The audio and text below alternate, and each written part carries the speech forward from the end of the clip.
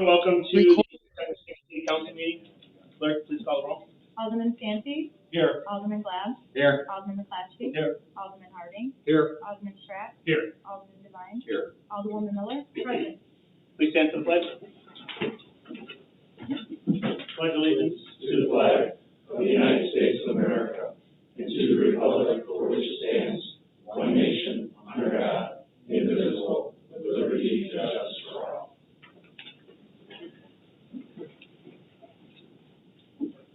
All right, we're going to go ahead and get started on the consent agenda. Is there any items that the council would like to pull for separate consideration? I see none. I am looking for a motion to approve 5A through 5J. Alderman McClatchy. I would move that we approve the consent agenda. All right, second. Alderman Santi. I will second the motion. Thank you. Discussion on these items? Council?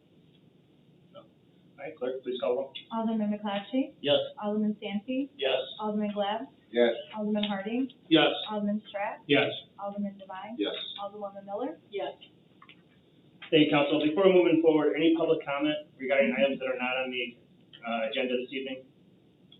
Okay, that's what I thought. All right, moving on to individual items. 6A is a fence variance for 5001 Abington Drive.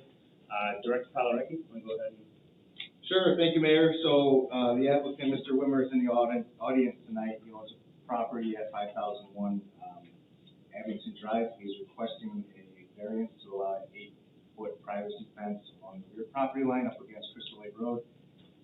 Staff did go out and take a look at it. His neighbor does already have an 8-foot PVC privacy fence that was installed in 1979, I think. I found. There are also a couple other wooden 8-foot tall privacy fences in that corridor. Staff does not have an issue with it. The road does sit about 3 to 4 feet higher than his property, so a 6-foot fence you kind of can't. It really does no good to serve as privacy. So if council concurs, we're looking to approve variance for Mr. Wimmer this evening. Thank you, Ross. I am looking for a motion to approve 6A as presented. Alderwoman Miller. I'll make that motion to approve 6A to allow a motion to approve an ordinance granting a fence variance to 50001 Abington Drive for 96-inch tall PVC. Thank you. Second. Alderman Glad. Yeah, I'll second that. Thank you. Discussion on this item by council? Alderman Glad, go ahead. Yeah, I just want to mention that we'll probably see more of these down in the future. I mean, with the amount of traffic that's built up on our main roads, you know, the whole idea of the 6-foot versus the 8-foot fence was basically dividing so that your neighbor behind you wouldn't have to look at the 8-foot fence. And in this case, the neighbors or the cars that are passing by, and I think someone forgive me on any property that requests this that's on a main drag like that. Thank you, Danny. Any other questions, comments by council? Is there any public comment from the public regarding this item? See none? Clerk, please call the roll. Alderwoman Miller, Yes. Alderman Glad, Yes. Alderman Santi, Yes. Alderman McClatchy, Yes. Alderman Harding, Yes. Alderman Stratt, Yes. Alderman Devine, Yes. Thank you, council. Get the fence up in 8 weeks. All right, thank you. Item 6B is the residence Fox Meadows Planned Unit Development. Director Palarecki. Thank you again, Mayor. So most of the council is aware, the petitioner Kunak is requesting approval of a zoning map amendment to RM2, high density multifamily residential district, and preliminary plan for a residence of Fox Meadows multifamily planned unit development located in the Prairie Point Business Park. Developer is proposing to construct 18 3-story buildings consisting of 324 one-bedroom units, 216 two-bedroom units, for a total of 540 market-rate apartments. This will be done over 2 phases. The project involves the construction of various on-site amenities, including 260 compartment garages, a community center with indoor and outdoor swimming pool, 2 outdoor basketball courts, and 2 playgrounds. The petitioner is also requesting relief to allow an exterior facade of 50% brick in lieu of the 75 required. If approved, petitioner will work to submit final plat and engineering plans to be considered at a future council meeting. I just want to go over a few items. This did go through planning and zoning. It took 3 meetings, for planning and zoning to be comfortable and approve the project. Some of the main topics discussed were the traffic signal, at 31 Veterans Parkway. This project will not meet warrants, IDOT warrants to install a traffic signal. However, CUNAT will be responsible to, give us funding, some funding for that traffic signal. Unfortunately, we had HR Green review this project along with the other vacant land that's available for future growth on Veterans Parkway, and it doesn't appear that the warrants will be met until the northern side of, the east side of Veterans Parkway was developed with single-family homes. So, the idea is once, if the development is approved, to hopefully lobby to the state, given the fact that Alexandria is next door and they have 40 to 50 buses in and out of there every day. With the increased traffic from this development, maybe we can get the state to say yes, and get it done in concurrence with the Route 31 expansion project. So that's where we're at with the traffic signal. Another topic discussed at the planning and zoning was, the neighbor Alexander Leah. They have requested that a privacy fence be installed between the apartment complex and the school for autism. They were requesting a fence that was extremely expensive, one that was already located on the Alexander Leah property, which was actually a wrought iron fence. It wasn't really too much of a privacy fence, it was more of a decorative 6-foot fence. CUNAT has agreed to write a check for $12,500, which is half the cost of that fence, to Alexander Leah, and allow them to use it for either the installation of the fence or whatever else they want to use on that property. That will be built into the development agreement. We will have to verify that that check was made to Alexander Leah. Another big topic was the landscaping. In the original proposal, it was a 6-foot privacy fence all the way down Route 31 from Veterans Parkway north to the edge of the property. Staff did not feel that that fence was appropriate, given that was the southern entrance to our city.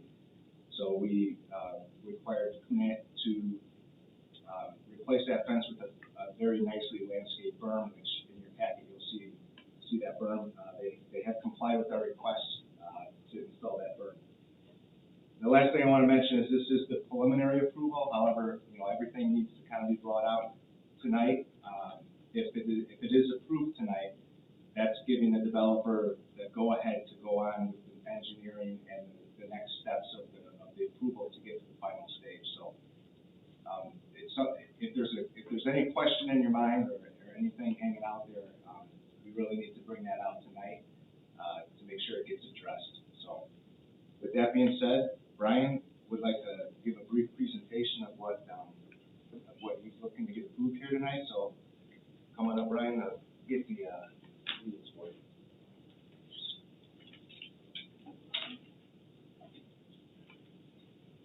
Thank you, Russ. You need help with that at all? No. Okay. Well, good evening, everyone. Thank you for having me this evening. It's been about a year since my brother and I were here last and received your overwhelming support to move forward with the project and work towards getting it rezoned and the project finalized and so on. We did work very closely with staff over the past year, engineers, architects, consultants. We worked with the zoning board very closely and listened to any of the concerns and questions they had. As part of the reason it took longer to get through zoning, we wanted to make sure that we addressed all of their concerns, which we ended up doing. The project is very exciting as far as we're concerned. It'll certainly be the nicest apartment complex in McHenry by far, and not to take anything away from the one north of town that was approved recently, but this will certainly really fulfill a need for workforce housing. And the city of McHenry is very much lacking in workforce housing. Interesting, when we were at the zoning hearings, we never had one neighbor come and complain about the project. There were no objectors to this particular project, and certainly no neighbor the autism, owner of the autism came to talk about the fence and screening, which we met separately with them and with the city, and worked out a program, that was, satisfactory. The two concerns that they had, one was the large detention pond that's in front. If you've been by, there's actually a pond out front of that. And that's a shared detention pond between the 35 acres that we're developing and their property. Up until now, they've pretty much done all of the maintenance and so on, but we will have a written agreement between the two properties that we both will take care of that detention pond and make sure it keeps clean and functions the way it's supposed to. And I think that's, I don't know if the paperwork's all done, but it's certainly in the works. Correct. Well, there will be an SSA developed similar to what we did with Authentics, and then also the development agreement that will be addressed. Correct. So, so those are those concerns.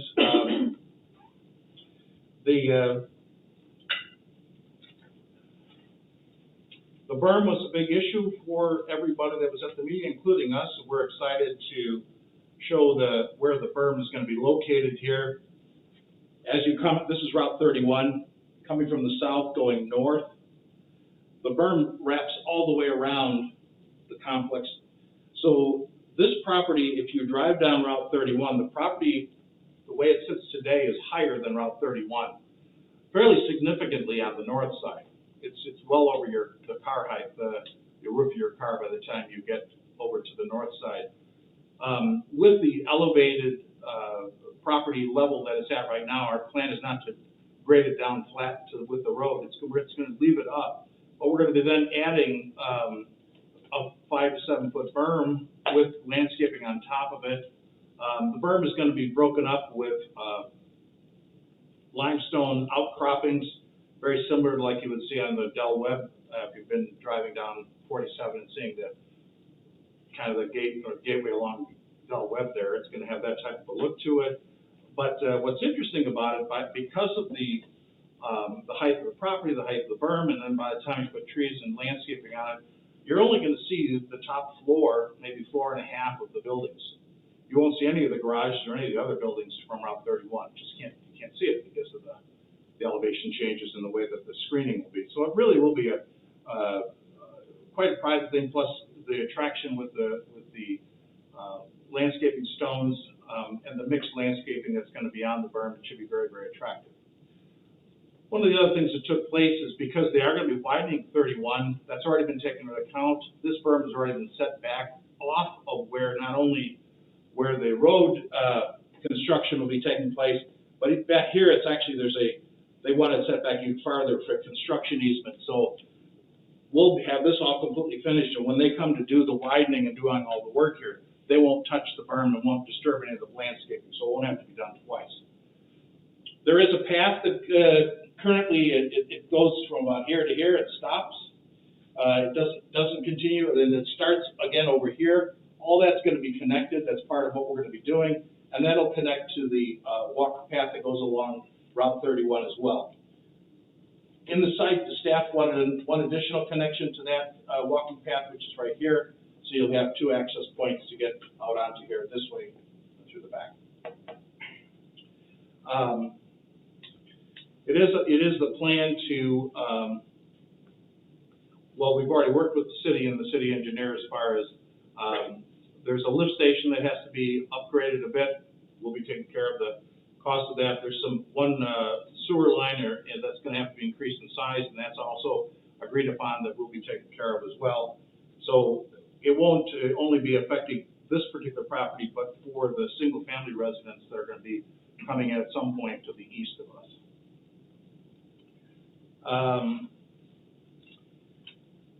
By the way, since this is apartments and the autism center is really a higher use, there's no requirement for us to participate with any screening or whatever. We're just agreeing and volunteering as a good neighbor to assist them with a fence if they wish to put it up. They were very undecided whether they really wanted a fence or didn't want a fence, and so we're giving them money instead, and they can do what they'd like to do with it, and that seemed like to be a pretty good happy medium for taking care of that. We have more than 2 parking spaces per unit, which is well within the grounds of, what's required for apartments and so on. The state impact, this was interesting to me too, but this is from the state of Illinois. The impact on students from this particular site is 38.8 students, which is not very many for 540 residences. However, we are not asking for any reduction in the school impact donations and so on like that. We're not asking for any special favors there at all. So I think that the schools will come out in good shape on this particular project, not only with the real estate taxes that will be ongoing, but the initial builders donations and so on that go towards that. The units themselves are highly efficient. They're all electric, like most of our apartments that we own, but it's LED lighting. They're high efficiency appliances.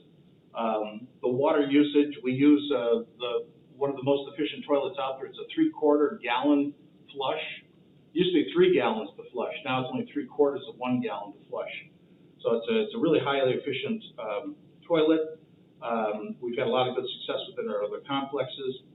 We also have all of the other shower heads, faucets and everything all have water restrictors on them, so that again, we are conservative on the water usage, which ultimately ends up in the sewer system anyway, so it's better to be more conservative than too carried away with that. The units are in size from around 700 square feet on the small side to over 1,000 square feet on the large size. There's 4 different floor plan styles. And the rents will range between $1,330 on the smallest unit. It's extra for a garage, by the way, if you were to rent a garage, up to about $2,000 per unit on the high end. We do believe this is the highest and best use for this particular piece of property. We think it's ideally located for this type of project.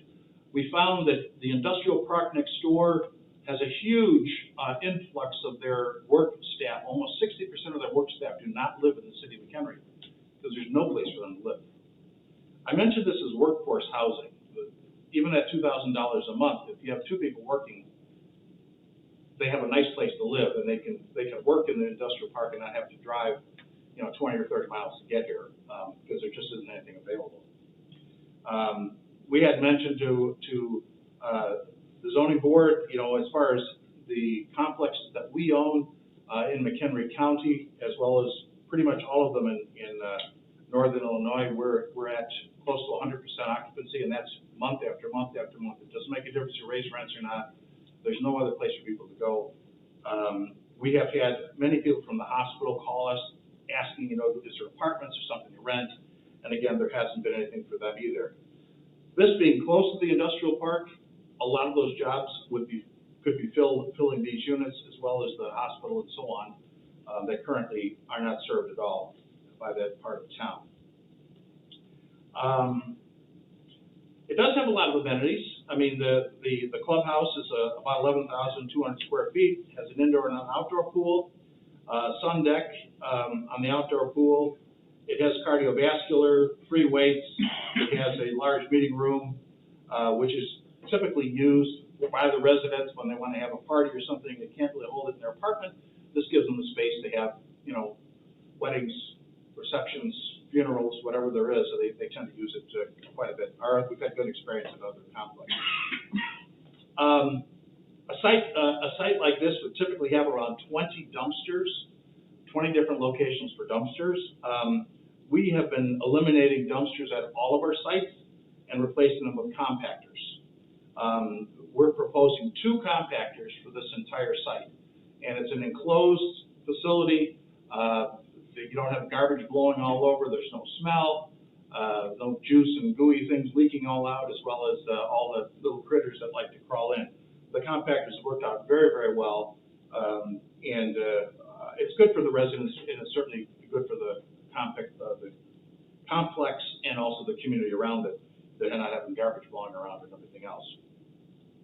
The mail centers, instead of the mailman having to go to every single door and go inside the hallways, we have 2 mail centers on the site where the truck or the mail car will pull up, handle all, half the complex at one of those mail centers. If there's packages, there's a large parcel, boxes there as well. They put the key inside, and the attendant can access the parcel when they come home after dark. It really works out very, very well for that. And again, we've had great luck and experience with it, so that's something that's on here. So there's 2 different mail centers on there. There's a lot of walking paths and sidewalks in addition to the ones I mentioned, and a lot of recreation space as well. At this time, I'd open it up for any questions anybody would have, and be happy to address any of those. Open up, go ahead, Alderman Harding. I just got a couple questions. The water pressure in units, what's the water pressure gonna be like, do you know? Yeah, in working with the city engineer and so on, there is water pressure today that would service all 3 floors. However, by the time you get to the 3rd floor and the height of the water tower, the pressure is pretty low. It's like 18 pounds, which is not really enough. So each of the buildings will have a supplementing pump on the 1st floor in there where the meter comes in. There'll be a booster pump to get the pressure up to the height. The tower that's out there is actually part of the Tunyon Industrial Park on the east, and although it looks kind of tall, it's not as tall as you might think. This property is elevated, so by the time you do that plus the 3 stories, the tower is not quite high enough to make the pressure high enough. So does every unit need to have a booster pump? No, one pump per building. Okay. So every building, there's one That's what I meant. one big booster, yeah. Okay. Mhm. What about, fire protection, there's sprinkler systems, They're connections? completely up to today's codes and standards, yes, they are fully sprinkled, the units, the hallways, everything. They also have centralized fire and smoke detectors and alarms that are going out with working, the fire people here tonight? I don't recognize the fire. That's right. The guy. Well, no, yes. Well, there you go. Anyway, yes, yeah, it's completely up to all of today's standards for multifamily construction and everything like that, so. How would the garages work with the citizens there? Would they be first come, first serve, or Yes, closest unit? Or again, having quite a bit of experience with garages at different sites, we've had some sites where we built one garage for every apartment, and you end up with a large chunk of those garages sitting vacant. They don't never get used, and you're taking away green space and or other parking space that could be used on outside parking. So that didn't work, and through trial and error, we've come down to roughly about 1/3. There's about 1/3 of enough garages to accommodate the units that are there. So there is a supply and demand. It is a first come, first serve. Some people, want their car parked inside. Some of them don't, or don't care about paying the extra money for it. So it's $125. It does come with an opener, so it's, you have to get out of the car, you just drive it right in. But they are all separated too. They're not one big garage stall or. Yeah, that's my next question. Yeah, they're all separated inside. Thank you. Any other questions, comments? Alderman Santi? Thank you for being here tonight, Mr. Kunet. A couple of quick questions. You brought up the compactors. 2 will be located on the property, Yes. and not necessarily wanting to know where they're located, but who's going to maintain those? The compactor company, the disposal company does. Okay, Whoever your current disposal company, the city, that would be the one that would be working with to do it. They actually, by the way, they're located right here. okay. They're far enough away from the buildings, so, they won't really disturb people. But they're easily accessible to backing the truck up and everything without tearing up parking lots and everything else.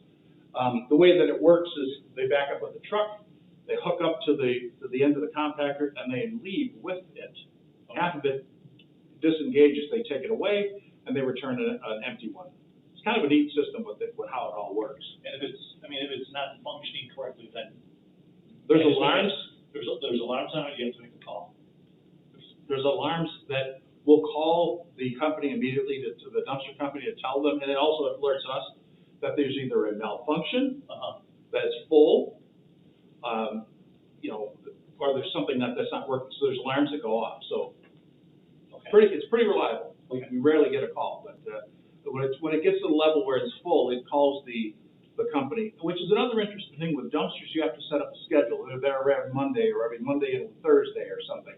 With compactors, does not work that way. If you have lighter times of the year when there's less garbage in there, it waits until it reaches that certain fullness and then it calls. And they come and take it away. Okay. The other question I have is about management. Once it's built out, who will be managing this? QNet Inc. Okay. Yeah, we're already, you know, we will be starting the process, to look for, staff for that complex. This particular complex will end up with 14 full-time employees working for QNet Inc. Okay. And, we'll have a few part-timers that will work primarily as, pool attendants, you know, that, we don't like people swimming without an attendant there, so, they don't need to even know how to swim, they have to know how to hold the pole and get the person out. So that's the game plan. And I know it was stated already by Director Pollard, but just confirmation, you are paying 100% of the district impact fees, correct? Yes, for the schools, correct. And for all the other parks and, I don't have the whole list in front of me, yes, all of them. And all the complexes are either 1 or 2 bedroom units, there are no 3-bedroom units? Correct, no 3 bedrooms. In phase 1 or in phase 2? The whole complex, there's no differences. Okay. And there's none that have like a den, you could turn it into a 3rd bedroom, we don't have that. Okay, all right, I thank you very much, that's no further question. Alderman Miller? Good evening, Mr. Cunett, how are you? Good morning. Good evening. Seems like morning for me. All right, well, good morning, welcome home. I just want to thank you for presenting this and working with the staff. I know we're holding you to a high standard, and that standard is because you're going to be the most visible property coming into the city of McHenry from the south. So I thank you for working with, staff and doing the extra berm and the extra landscape and the extra awareness of how visible this project is going to be. Not that you don't already do that, but this is important for us to convey to you that this is our gateway, and we want to be proud of it for a long time, and we're going to hold you to that. So since we've met, and thank you again for taking time out of your day, have you changed anything since then? No. Okay, so everything is the same. Yes. And you're still going to do 2 phases, the front phase on 31 and then the back phase. How long do you think the whole project's going to take? The first phase will take about 3 years. And then the second phase, once we would start it, would take about 3 years. However, the question would be, would we start it right away at the end of phase 1? That I can't answer, it depends on supply and demand. If there's strong enough demand still for apartments at that, then we continue to want to move on. If we get economically, we're just not filling the units fast enough, or, you know, whatever, there's vacancies around town, then we can hold off. So that's really, it's gonna be an economic driver that decides on phase 2. Well, as your and my discussion continued before, I believe there is a demand for housing, you know, based on my own experience and the experience that you've shared. What will the rental rates be on these? Did you convey that to us? I did, I'm happy to say them again. On the low end, they're at $13.30 per month, at the high end, around $2,000 a month. Thank you, that's all I have. All right, Frank, go ahead. Thank you, Mayor. Brian, when we talked, you mentioned that you're gonna pay 100% of the traffic light, is that correct? Oh, I'm sorry, Frank, my hearing isn't that I'm great. sorry, the traffic light that's gonna go in at the intersection, you're gonna pay 100%? We're putting aside, you wanna talk about that? Right, so the traffic light is shared amongst all the developers on Veterans Parkway. We already have some funding from Morgan Hill when Morgan Hill was built, and also we have some from Ocean Irish Prairie, I believe we do. You know, they will be contributing to that fund. Okay. Yes. And the intersection there actually is unique. It's already kind of set up. The lanes are there, and then with the widening, the lanes are there on Veterans Parkway for a light. When they configure Route 31, they will configure it in a fashion that the lanes will be installed. Gotcha. Thank you. Any other questions, comments? Alderman Devine? Go ahead, Mr. Mayor. Yeah, I want to talk about traffic a little bit. Hold on, Oh, sorry. Alderman Devine, Oh, sorry. no, go ahead. don't know if it's directed to you or staff, but as far as existing, detention pond, is that gonna be adequate for a project this size, or, that's been there for a while, I don't know if that's gonna be. Well, I'm happy to answer that question, and then Ross can chime in as well. This particular retention pond was sized for this property and for anticipating that this whole property would be industrial. One of the reasons I brought this particular sheet tonight, showing how much green space is there, being that it's gonna be our apartment complex, there's significantly more green permeable soil than if it had been industrial. So actually, our use of the pond and the water going into it will be less than it was designed for. So it's more than enough to handle it. Thank you. Thank you. I mean, am I wrong? No, you're correct. Also, what I'll add is that the rainfall numbers have changed. You know, they've looked at climate change and they've noticed that we have more intense rainfalls now. So your detention and retention capacities have increased. They will have, that was built under the old rainfall numbers. They will have to meet the new rainfall numbers. So all of that green space taken into effect with all the impervious surfaces and what's already existing in the Alexander Lake, that has to be confirmed, and that'll be done in final engineering. Thank you. Alderman Glenn? Yeah, one of my biggest reservations is the traffic, as well as the density. I know you said that the council, when you first approached this, with open arms, but really several of us did bring up the fact that they have reservations about the number as far as the amount of units, and that they felt it was a little too great. One of the biggest problems, more so than anything else, is the fact that getting the traffic, get it out of there on the Route 31 is going to be a real headache at certain times of the day, especially in the morning. I just kind of wonder, you said that the intersection as it is now will be widened for 31, but the veterans will be approximately the same as what they have now. Is that right? Yeah, there's no plans to widen Veterans Parkway. It's already four lanes with the turn lane. Look at that again. Yeah, with the turn lane though, what's the stacking capacity on the turn lane? There's 300 feet of stacking going eastbound. It would be turning north. I don't know what the stacking is on. Going eastbound, you mean going westbound? That would be turning into the apartment complex on the 31. No, I'm talking about as they're coming out and they have to get out onto 31 and they want to make a right, or I'm sorry, a left. What's the stacking as far as the left turn lane on Veterans Parkway at this point?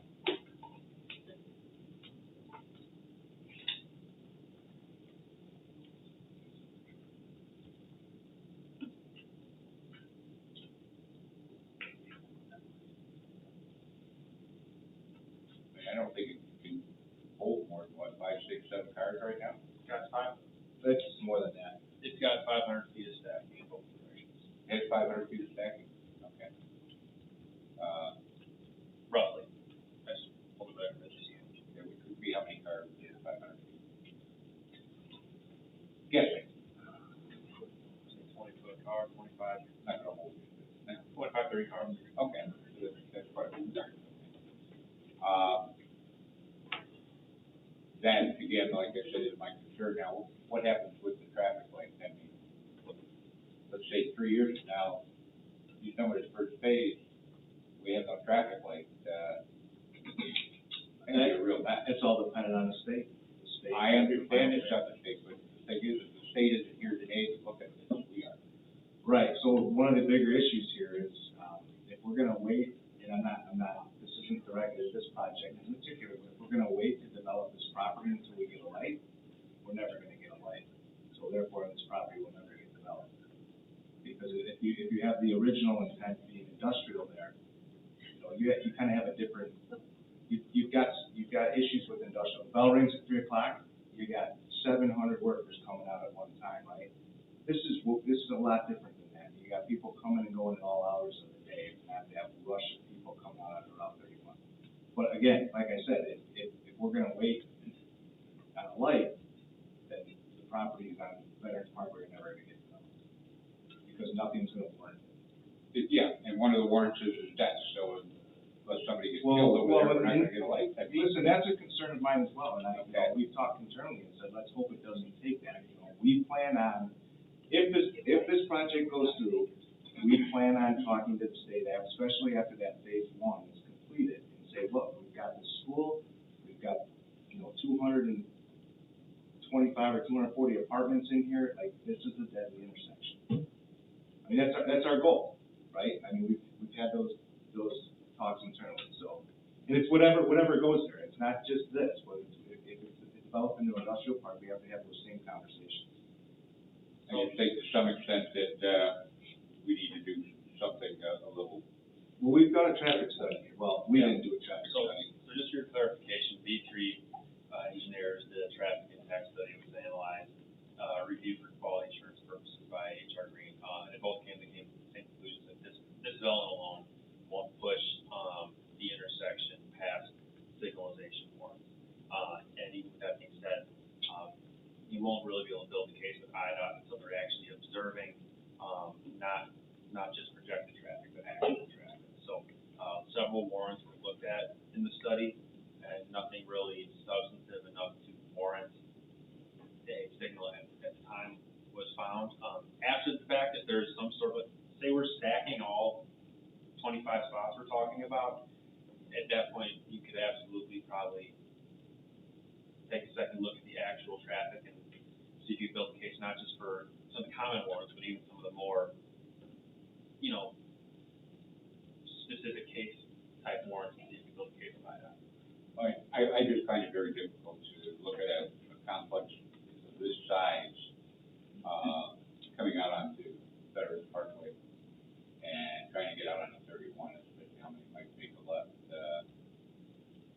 Very difficult for me to picture seeing that type of development there without a traffic light. There's gotta be some way to lobby the state or whatever. Without that, I just can't, get behind a project like this. Troy did reach out to the state, we never received an answer back from them. No.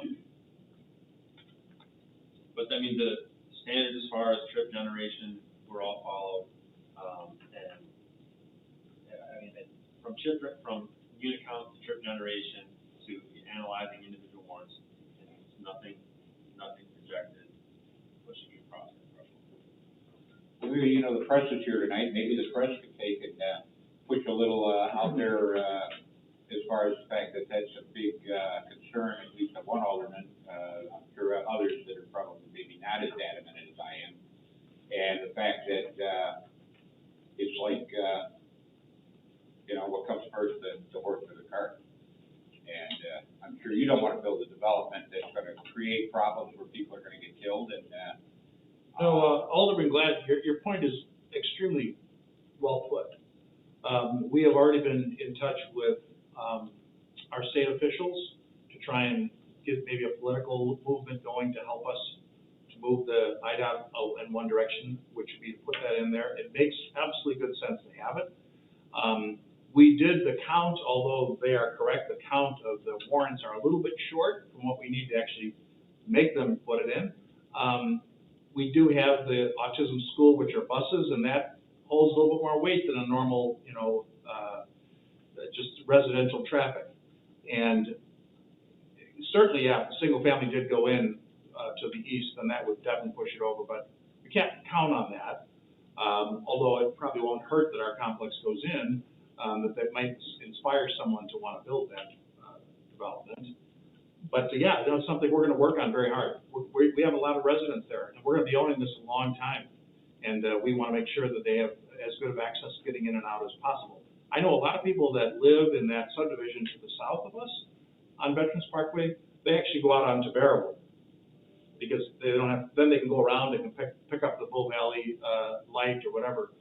It's not the ideal situation, but at least, it gives them another route to go without having to fight on 31. well, if everybody was using that route though, I wouldn't Oh, yeah, see as many cars trying to make a left out there. And I don't know how many of them, you see that, they pull out, to make a left, and they sit in the median, trying to wait for traffic to die out so they can get over. I mean, it's With the, kind of in certain times of the morning, that's the only way they're gonna get out there making a left anyway. one of the things that's gonna happen, whether the state agrees on the light or not, when they do the widening of the road, they are gonna have an acceleration and deceleration there put in at that section. So it'll give people a chance, at least turning to the north, to get out much easier. Getting to the south, they're still gonna have to wait. There's nowhere without a light. It's gonna be an issue. Well, unfortunately, human nature, they get creative, of different things that people do. Sure do. The other question I had was the garages. Which way, if you look at the plat that you have out there, where are the garages in respect to 31 and veterans? And how many of them, the back pointer. section of the, that's right, use your finger. Yeah, it's okay. It'll So again, this is Route 31, this is the berm. Right. The garages that are along here, here's a garage building, Uh-huh. here's a garage building. You will not be able to see those from anywhere along here. You cannot see those, period. Just can't see them. Even the roofs, you won't see the roofs of them. There's a single garage here. As we're moving down, there is a single garage building here. And on these single garages, half of the doors face one way, half of the doors face the other way. So it's not one big wall of garages. It's been broken up. Down here, we have a garage here and here. Again, with these buildings and the landscape in front, they're pretty much screened from veterans as well. You're not going to see a lot of garages in this complex. So anyway, these are the garage buildings along the way here. These are way back, of course. Again, like Alderwoman Miller had mentioned, being a gateway of the city, I've definitely got reservations as far as what is projected of the city of McHenry as people enter the city. And just want to be sure that we have all our i's dotted and our t's crossed. And since my finger's pointing, on the north side here, there is an existing tree line that's gonna all be left. Right. There is, from here, the bank is located over here, but between there's a gas easement main that goes between the bank and our property. And, the tree line will stay as a buffer between those. So we won't see the bank won't see us. Okay. So. Great. Thank you. Alderman McClatchy? Thank you, Mayor. You're correct, a year ago you came before us, and, I thought it was a good place to put this, and I still agree with that. In the past, year and a half, I was against a couple proposals that came before us, but I think this is in the right spot. With the widening of the road, I think this is gonna be perfect. Thank you, Frank. Any other questions, comments by council? Alderman Santi, bless you. Thank you, Mayor. Definitely one of the things that Alderman Clapp said right at the end is lobby, and we've got 8 elected officials on this side of the board. I know Brian has a good ear to other representations. We need to be at any kind of public coffee, whatever, and mention that within the ears of our state reps and our senators and other officials countywide too, just to express our concerns here, because it is a good project, and I is it perfect? No, but it's a very good project, and I'm comfortable with it. But really, he said lobby, and I think that goes to all of us, and, we need to we need to make sure that we're, giving our, point of views to the correct people, and, that's it, definitely a key position that I'll take, and mention it once, when I'm meeting with other people, other officials, whether county, state, whatever level, township. Thank you. Any other questions, comments, council? All right. Any public comment regarding this item? See none? All right, I am looking, for a motion to approve 6B as presented. Alderman Miller? I'll make that motion to approve 6B as presented, to approve an ordinance granting a zoning map amendment and a preliminary plan approval for the residents of Fox Meadows Planned Unit Development located located on the northeast corner of Illinois Route 31 and Veterans Parkway. Thank you. Second, Alderman Santi. I will second the motion. Thank you. Last opportunity for discussion on this item. Alderman Glenn? Yeah, just, again, I think the project is really, looks really good. But again, I still have the reservations without a traffic light, and I can't see moving ahead until we can figure out some kind of, way of, getting a light in there before this project is completed. Thank you. Thank you. Any others? Clerk, please call the roll. Alderwoman Miller, Yes. Alderman Santi, Yes. Alderman Glad, Now, Alderman McClatchy, Yes. Alderman Harding, Yes. Alderman Strack, Yes. Alderman Devine. Yes. Congratulations. Thank you, Brian. Thank you. Appreciate it. We'll work hard. I think you'll be very proud. Thank you. Thank you. Next item on the agenda is 6D, is the creation of a Class H limited service liquor license. Chief? Thank you, Mayor. Staff is presenting council with the opportunity to add a new classification of license to the Illinois Liquor Code called the Class A Limited Service Liquor License for the service of beer and wine only, with the following conditions as set forth in the ordinance to include limited service hours of 11 a.m. to midnight, no eligibility for video gaming. This license is specifically designed for specialty businesses that are first approved by the mayor, and secondly, with the advice and consent of council.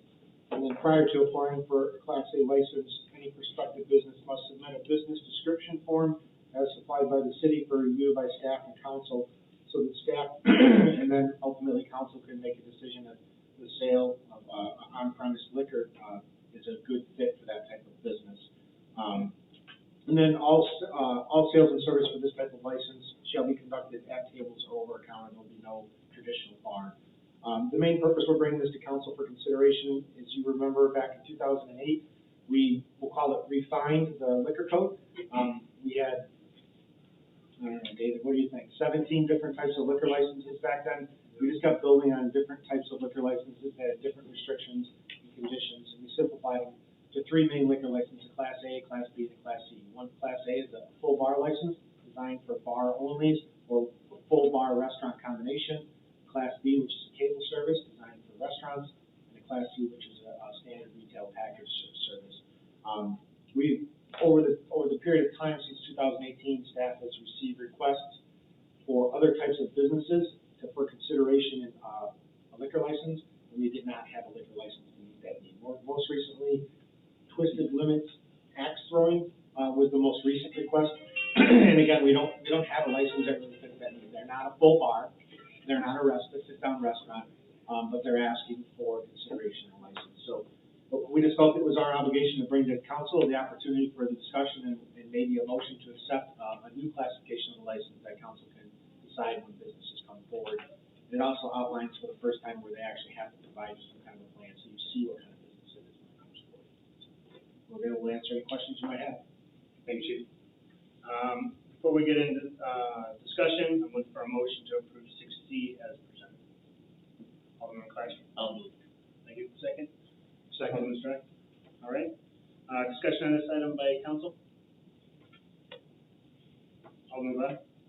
yeah, what kind of businesses are we talking about as far as for a license like this? So that's kind of like the beauty of this particular license, is that they have to present a plan. That's up to council on whether or not they think it's an appropriate fit. So if the mayor, as the liquor commissioner, were to receive the application that they submit and meets with them and thinks it's worthy of going in front of you guys, it would be a decision for you on a case-by-case basis, because you have the authority, sole authority, to say yes or no on this. Right, when we create it, then we're opening up the door for tons of requests. We get the We get them request anyway. now. We did a little research, and I'll use the axe throwing as an example. So there's other axe throwing businesses within our area. Crystal Lake is the closest one. They have a beer and wine license for theirs as well. Most of the ones we see are some version of either an entertainment or a sporting type of business, where it's associated with going and doing some event and then being able to have the addition of alcohol sales at that time. I mean, just in the last couple of weeks, I've had 2 people reach out to me that businesses are selling, they're looking to buy it, they're doing background before it even comes to you, that they're just a gaming facility. So, I pretty much bluntly told them we're not interested, you know, so sometimes they don't even come to council because it's just not worth coming to council. And I'm very upfront with them with that, so, but yeah, so we get it often, but we won't bring them to you unless it's the feasible use, and I think the axe throwing one will be coming to you in the next week. So, No, I mean, I look at one example that we're talking about now, is it's a family type, use, and then we're putting liquor in it, and family use type, establishment. And, Axe throwing is family use? you know, everybody likes to buy once in a while, you know, how much some people do and others don't, you know. I mean, there's nothing for me to have, one or two rum and cokes, when I'm out. No beef, I don't overdo it. Good to know. But the thing I'm getting at is, you know, you go to a bar and, you know, you sit down, with a few people and you chat. Or maybe you're sitting down and having a meal, at a restaurant, you do the same, but, you know, you have a cordial with it. But just everywhere you go in McHenry, and you're gonna find that people wanna have be serving alcohol, no matter what kind of a business they have. Granted, there are some of them that we can hold back, but, you know, how many is enough? I mean, we've got so many bars in town as it is right now that, we're growing with that to where we're going back to the sixties when, that's what this town was, is a bar town. And then we're just gonna add more liquor establishments, in the city than what we have right now. So that's my feeling on it. Alderman Strack? Thank you, Mayor. Chief Burke, I appreciate the call today and follow-up. I have lots of questions on the ordinance as it stands and then how we're adding and where this came from, just not having all of that history, so appreciate your time today. I think this is a perfect way for us to be able to do other types of businesses and still have some regulatory control over it, since there's this business form they have to fill out and present that to us, and we all get an opportunity to look and review that. So I think the process will work fine to make sure that we're not overextending this into places it doesn't need to be. Thank you. Thank you. Alderman Miller? I'm gonna echo Alderman Strack and thanking the chief for bringing this forward. I don't ever wanna go back to the 17 versions of where does the liquor license fit, that just didn't work. But if we can streamline and be unique in what we offer, it's more fitting to the business to get the right license and not the wrong license. So I think creating this fills the gap that we don't have and gives the liquor commissioner, AKA mayor, the ability to put the right license in the right hands. So I support the creation of H. Alderman Cratchit, go ahead. Yeah, I like to, you know, let me backtrack. A lot of people want, gaming machines, so they get a liquor license. I like the fact that we can do this without them expecting gaming machines, correct? That was the point of putting that language in. The council's made it pretty clear in the past that they're not interested in, gaming facilities anymore. And they're obviously, they are interested in controlling the amount of establishments that they even want presented to them on gaming, being either a Class A or Class B license. So by putting that in there, that tells somebody that's coming forward with some kind of a strange business plan that might be a little bit different outside the box, that if you're asking for this license, just understand upfront that it doesn't come with the eligibility. Any other questions, comments? No? All right, clerk, please call the roll. Alderman McClatchy? Yes. Alderman Strack? Yes. Alderman Devine? Yes. Alderwoman Miller? Yes. Alderman Harding? Yes. Alderman Glad? No. Alderman Santi? Yes. All right, council, thank you. Next item on the agenda is a discussion item, proposed new facade program. Director Martin will go ahead and start us off here. Doug? Thank you, Mayor. Before you is the proposed replacement of the existing facade program with a more aggressive program. This item is being brought to council for direction and proceeding. If the council concurs with the program, we'll bring it back for a formal vote at a future meeting. The new grant program is a dollar for dollar match grant program. that's based on the linear, frontage of the building. Is concentrating on the areas of Green Street, Main Street, Riverside Drive, and the abutting areas downtown. The dollar amounts are $10,000 for 1 to 40 feet, 41 to 80 feet, $20,000, $30,000 for 81 feet and above. It's meant to provide a greater incentive for businesses to improve their buildings. And it also is for businesses to improve their buildings, not only facing the right of way, an alley or a courtyard, but also the Riverwalk. So with all the improvements and stuff going on downtown, it's really trying to incentivize businesses to make improvements to their building. We looked at probably about 8 different programs, thought that the linear footage made sense. Just for council's edification, we've had about 5 grants approved since 2018.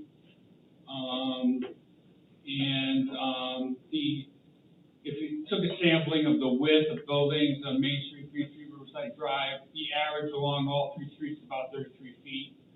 Now, a lot of them go either way, but the average is about 33 feet. And in your package, you'll find the uses, what you can use it for, what you can't use it for. And then there's a short application, and the process would be they would fill out the application, come to staff, and then the staff would bring the application forward to city council for consideration. And I'd be happy to answer any questions you have. Thank you. Alderman Glad, go ahead. Yeah, you're limiting it to Main Street, Green Street, and Riverside Drive, so basically it's the downtown area. Correct. Which is a tip, so this money comes out of the tip money? Not necessarily. Well, I mean, we created the TIP years ago with the idea that we were gonna uplift the buildings that existed in the downtown area. And facades are part of the uplift of the downtown area. And if we're gonna give out grant money, to improve these buildings, then it should be coming out of the TIP, because that's what that was originally created for, was to uplift the buildings that are downtown. So, like I said, I have no problem with those type of dollar amounts for facades, especially considering how tremendously prices have gone up on construction material. But where it's coming from, it's got to come from the TIP, because that's what that TIP was created for. I suppose, Alderman Glad, it could come from the TIP, but Main Street isn't in the TIP. That's the problem.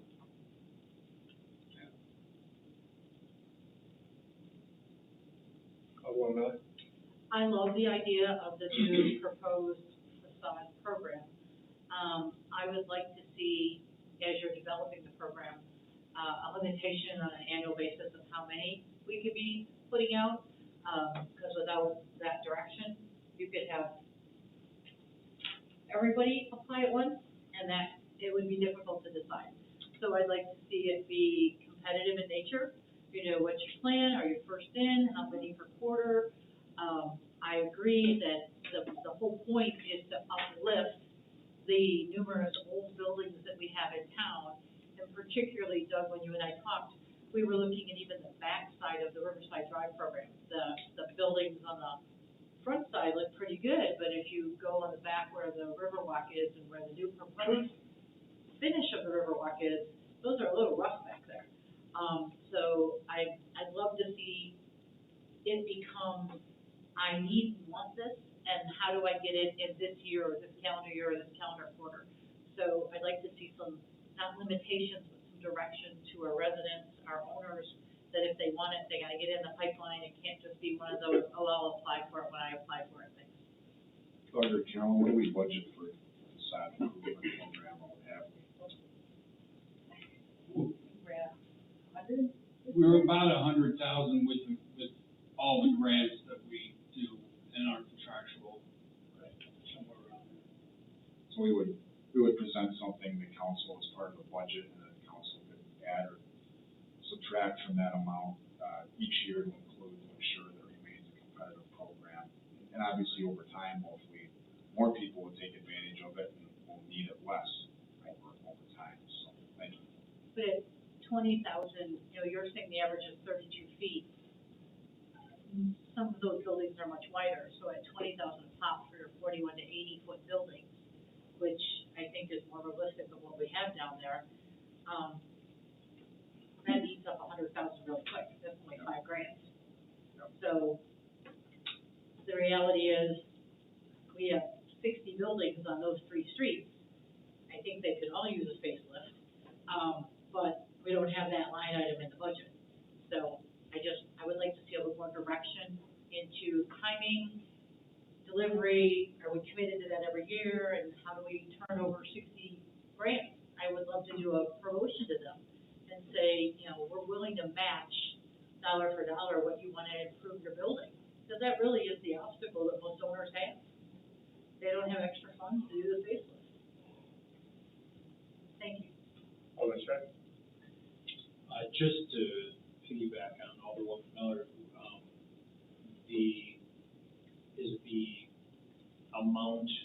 the dollar amount, what limits us to the downtown area, or are we just trying to focus on the downtown? I can think of some other streets that could probably use that as well that are outside of that area. This program is meant just for the downtown area. And when I say abutting areas, I mean areas of like Elm Street that go through the downtown. So those areas around downtown, like the Fifth area, Main Street area. So that's what this is meant for. At the end of the day, it can be whatever council wants it to be. Right. From a geographic standpoint. Well, I mean, I think there's plenty of locations that we could use this with. To Doug's point, we've only probably done 5 thus far. So we're not having a laundry list of applicants immediately, but certainly it could grow to that. I just don't know that limiting it to the downtown feels like we could probably expand that if we've only done 5 thus far. So just wanted to throw that out there. Thank you. Alderman Miller? And I would agree that when we start to look at the improvements that the city has made, and, we start to look at Miller Point, we start to look at what we've done at Veterans, your Park Street, Pearl Street, Court Street, all those little ancillary streets that have a business on them, they were all residences that have morphed into a business, and they could use it as well. So I would also like to see some direction on ancillary streets or not primary streets. And then while we're at that, but maybe I can put it under a new business for Doug to just handle later. Can you give us an update on what's going on West 122 at some point? Sure. Thank you. Any other questions? Alderman Santi? Just so I follow the numbers here correctly. A 33 foot would max out at $10,000 on this proposal, correct? Correct. I do like the input, I think, by a couple of the aldermen in regards to opening up to more areas, business areas. And I don't know what we can budget. I understand Alderwoman Miller's point about that 100,000 would go really fast, but I mean, we could look at a, to start off with first come, first serve, or open it up in a certain window where the applications have to come in at a certain time frame, and then they get reviewed, and maybe it's a staff, it's a decision, it's a staff that brings the recommendations to us, but I'd like to be able to offer this to, I'm just giving you an example here, like Happy Jacks might want to do something, and then, here's a business that's been there for 25, 30 years, have they ever asked for a dime from us? I don't know. But, just as an example. And there's been a lot of new developments that have come in, and they've done a great job of putting up their buildings. But I'd like to be able to get it to more areas and, some type of, ABC to get it, announce it, and then have see what kind of applicants do come in, because you know what, we haven't had many. So either we're not marketing it, or it's not worth the time for the business owner to even do the app, or some other reason, but, you know, that's what I'd like to, you know, that's what I'd like to do. Is council interested in seeing maybe, two, I mean, one that has this program that's within the geographic area, let's just use, because we already have it, the TIF area, the downtown business district, and include Main Street also, and then have another budget or another line item that is available. What I would hate to see is you release it and properties outside of the downtown suck up all the money first. So a certain amount for downtown areas, that we identify as Main, Riverside, Green, and the surrounding streets, however we define those, and then a dollar amount for the rest of the community. I would love to see that. You know, I think it's important that we encourage all of our business owners to be face forward, if I want to call it that. That's the way we're going to retain dollars and retain growth. And when you think of this from an EDC perspective, to capture dollars, you have to have attractive locations that people want to go to. And, you know, frankly, we have some non-attractive places that people won't go to. So I would love to see it, if it's categorized or area geographic specialties, you know, focusing on the downtown, and we've all heard my voice 100 times saying, if it's visible and it's where people are, they're gonna appreciate it more. So I would love to see a category for this geographic space on the planet, or this geographic place, and maybe it's the same, or maybe it's different, or maybe it's different timeframes. We focus on the downtown area January through March, and then that shifts from April second quarter to a different area. So again, I think creating urgency gets people off the fence to make the application. All right. Alderman Devine, go ahead. Question, if this is, looking at the packet, this is, decided by the Landmark Commission, how would the Landmark Commission do other parts of the city that have landmark buildings? Like Alderman, Sandy said, like, for example, Happy Cakes, that's not a landmark building. How would something, you know, would that be something council would do, or I don't see Landmark Commission doing other than downtown? So this as proposed would only come to council. Yeah. Alderman Devine, I think what you're looking at in the packet is Doug used the old Landmark Commission guideline as one of the examples for the rewrite. Right, is that correct? Right. That's what's in the packet, correct? Right. Yeah. Right now, they just come to council anyway. Right now. Whenever they've been so rare, we just did one a couple weeks ago. I said the same thing. Yeah. Just so that we're clear,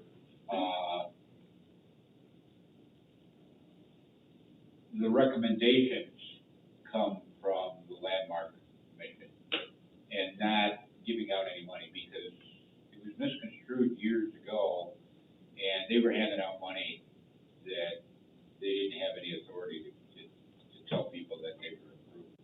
So we definitely need to make sure that the Landmark Commission realizes that we are the ones that make that final decision, and they have to take it, just give us the recommendation. And we probably should welcome their recommendations quite a bit, because they're the ones that take and deal with this, you know, as far as the historical stuff, more so than anybody else. But just so they're aware that they can't just make that decision and tell people they're gonna get it. Then it comes to council, and we don't wanna be behind the eight ball, let's put it that way. So, I would clarify it even more and say that these things will come right to council, but nothing will go through the Yeah, there's no Landmark Commission, right? I think they will not review it. No, right. Because we're talking more than just historic buildings. Okay, so we're talking economic development, more so than saving historic buildings. Yeah. Yeah. So, what kind of dollar amounts are we looking at, that we're looking at budgeting, per year?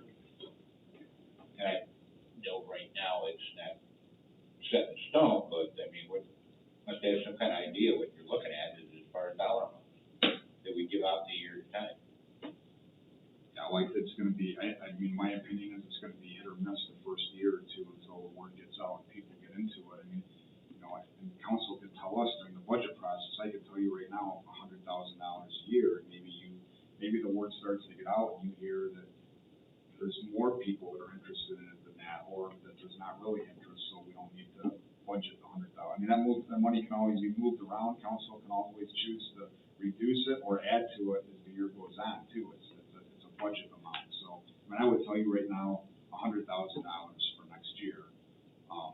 And then we get the word out about the program and see what happens. It's not gonna start till May 1st, and the next budget year starts. So Steph's looking at thinking that it'd probably be $100,000 would be where we would. Yeah, I would say. Would so. start. Yeah, I would Okay. say so. Okay. Yeah. That's kind of what I was looking And we'll evaluate it as it goes on and see what the interest is. And again, the thing that, you know, we were talking about all the applications that'll be coming in once this grant's, out there to the public, you gotta remember that, we're not just giving away $30,000, let's say, to, somebody for a facade, unless they're spending $30,000. Yeah, exactly. So, Now, they've gotta be willing to spend the same amount of money that we're gonna give them. Just real quick. Alderman Harding, go So if someone has over 81 linear feet, can they ask for less than 30 grand, or is it 30, no, because they, I just want 15? It's up to 30. Okay. Okay, we'll take it back, massage it, and bring it back to council for either approval or more input. Another question I've got though on that is, if we're giving out facade grants, that's government money, are they bound, to have to use, Prevailing wage. yeah, Yes. they are, okay. On that specific project, right, so if they're just doing the facade, they would just be that specific project, unless they use. Yeah. But let's make that aware in the application so that they know that that's the situation.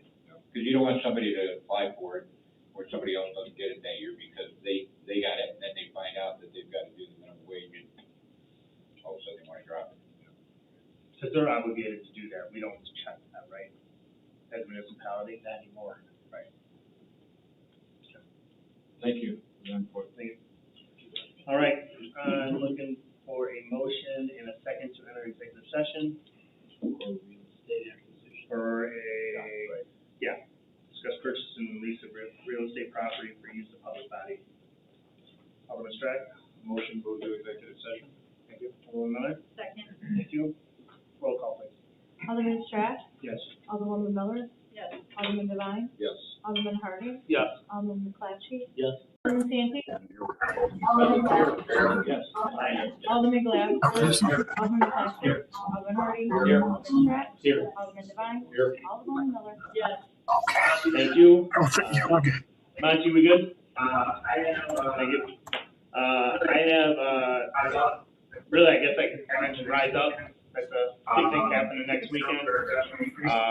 Ticket sales are definitely increasing as we get closer. If you'd like to participate, or if you'd like to volunteer, or whatever the case may be, please reach out to me and I can put you on a spot for volunteer.